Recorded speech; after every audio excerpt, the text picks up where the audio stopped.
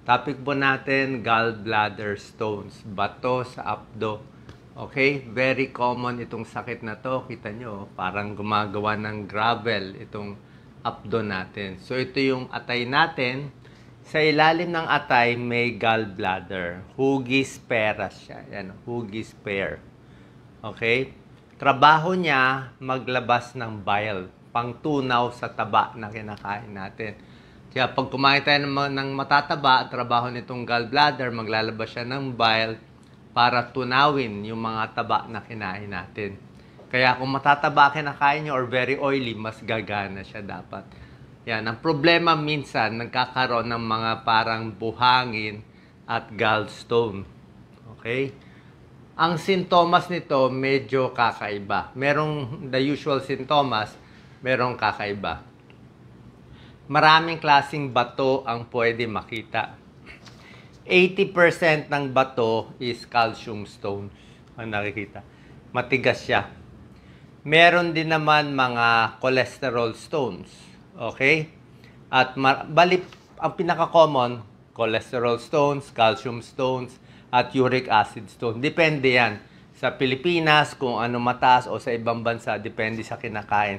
So, pag cholesterol yung mataas ang cholesterol mo, baka cholesterol. Mahilig ka sa maalat, patis, toyo, ay baka calcium stones. Mataas uric acid mo, ay baka uric acid stones. So, kahit ano man yung bato na makita, ay pwede magbara.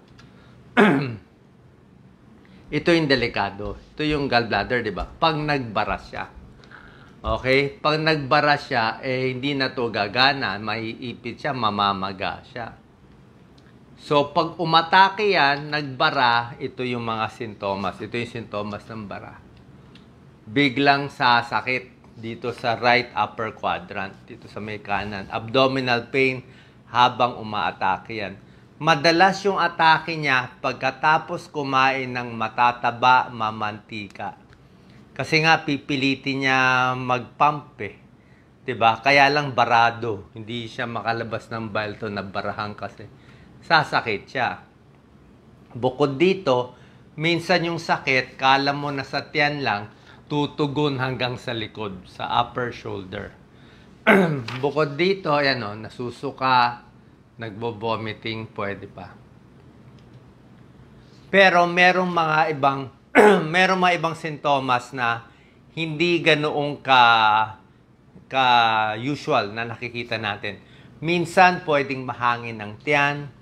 Minsan parang burping lang, mahilig kayo mag-burp, pwedeng may gallbladder stone. Yung iba nga sumusuka ng madilaw, minsan ganyan eh. Pag malala na at nagbara na talaga, let's say lumabas yung bato, nagbara, bukod sa masakit, pwedeng manilaw. Magjo-jaundice yung pasyente, yung iba pati ihi, naninilaw.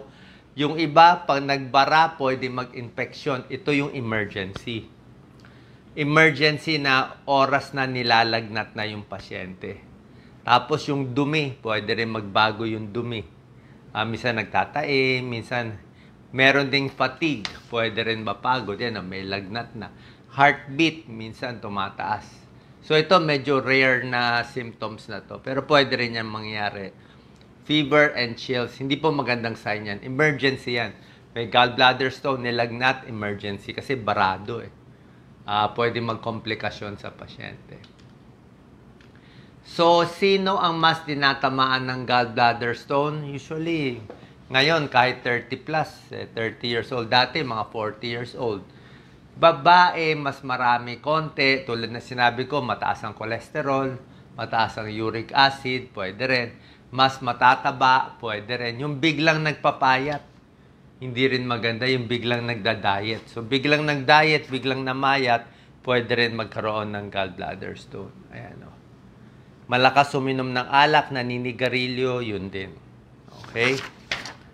Mabilis lang naman malaman kung may gallbladder stone kayo or wala, papa-ultrasound lang. Papa-ultrasound. So, pag pina-ultrasound ng tiyan, makikita ng doktor, ay may gallbladder stone.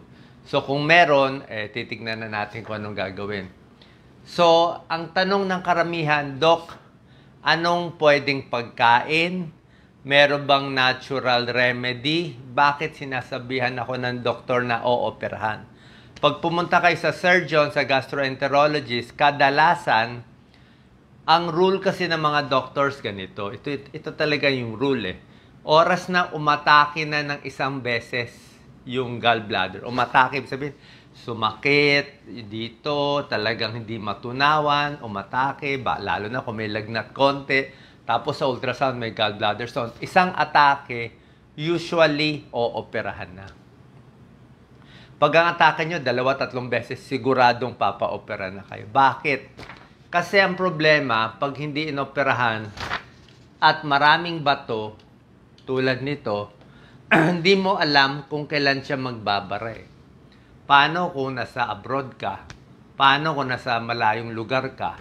Doon nagbara, ayaw matanggal, emergency, pwede makamatay. So para hindi mangyari yan, tatanggalin na nila to. So, oras na may 1 or 2 attacks, inooperahan na usually. Pero, meron naman tayong magagawa na iba. Okay? Para makaiwas. Ito muna, prevention eh. Pag may gallbladder stone na, marami kayong mababasa ng mga iinumin. Mamaya, papakita ko. Marami sila sinusubukan eh. Mga gallbladder flush, apple juice, lemon juice, olive oil, pinaghalo-halo. Dati, nung nabubuhay pa nanay ko, may gallbladder. So, sinubukan niya lahat yan eh.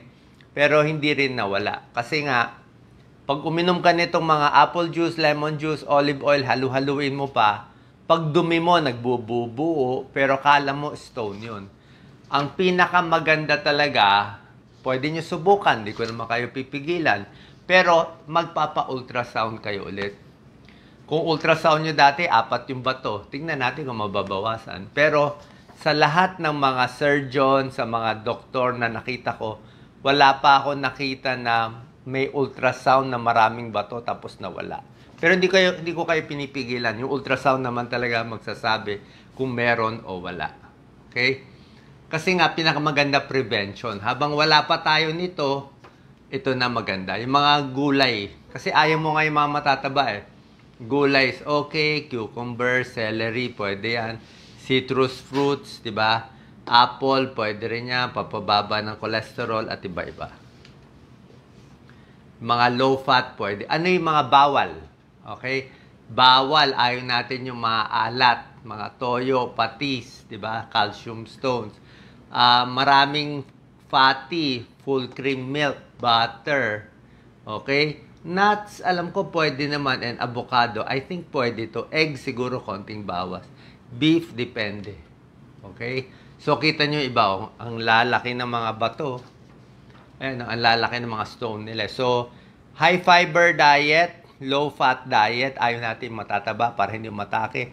Bawal din overweight, pero kung magpapapayat, dahan-dahan. Hindi, ayaw niya yung fasting. Yung matagal kayo hindi kakain kasi minsan lalong magpo-form yung stone eh. Tapos exercise, kailangan palagi. Tingnan natin ha. So, ito yung mga gallbladder-friendly foods. Kasama ang pinya.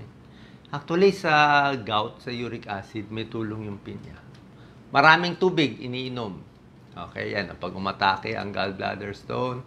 Yan o, yan ang risk factors. Yung mga overweight, puro matataba kinakain, at usually kababaihan mas marami. Ito, mga high-fat foods. Yan ang mga pagkain na nakaka-atake. Kasi nga oily eh. Pag oily, pwede umatake. Mga prito.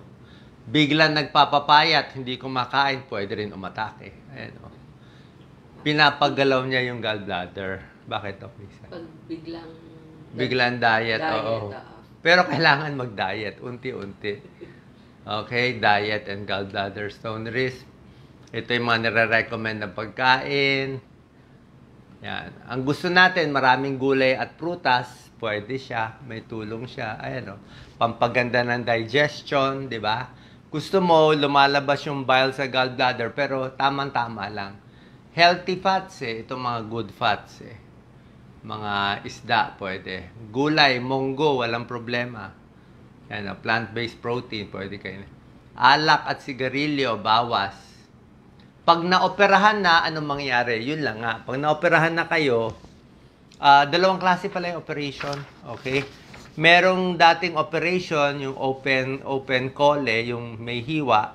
Pero merong bagong operation na hindi na kailangan hinihiwa. Lap cole. Mas madali yon, mas mahal lang. Siguro 1 day, 2 days lang makakauwi na kayo. Mas safe po yun. Marami nang gumagawa ng gano'n. So, pinakamaganda, kung may bato man kayo, wala namang sintomas, pwede hayaan. Okay? Yung mga ibang tao lang, pag naoperahan, syempre wala ka ng gallbladder, wala kang panunaw ng taba. So, pag kumain ka ng mga very oily, hindi ka matutunawan. Kaya nga, pag naoperahan ka, puro mga healthy food na lang kakainin mo. Okay? Yung iba, tinatry to, yung mga cleansing, gallbladder, hindi po talaga eh. Pwede nyo subukan. May kanyang-kanyang preparation, wala namang masama kung gusto nyo subukan.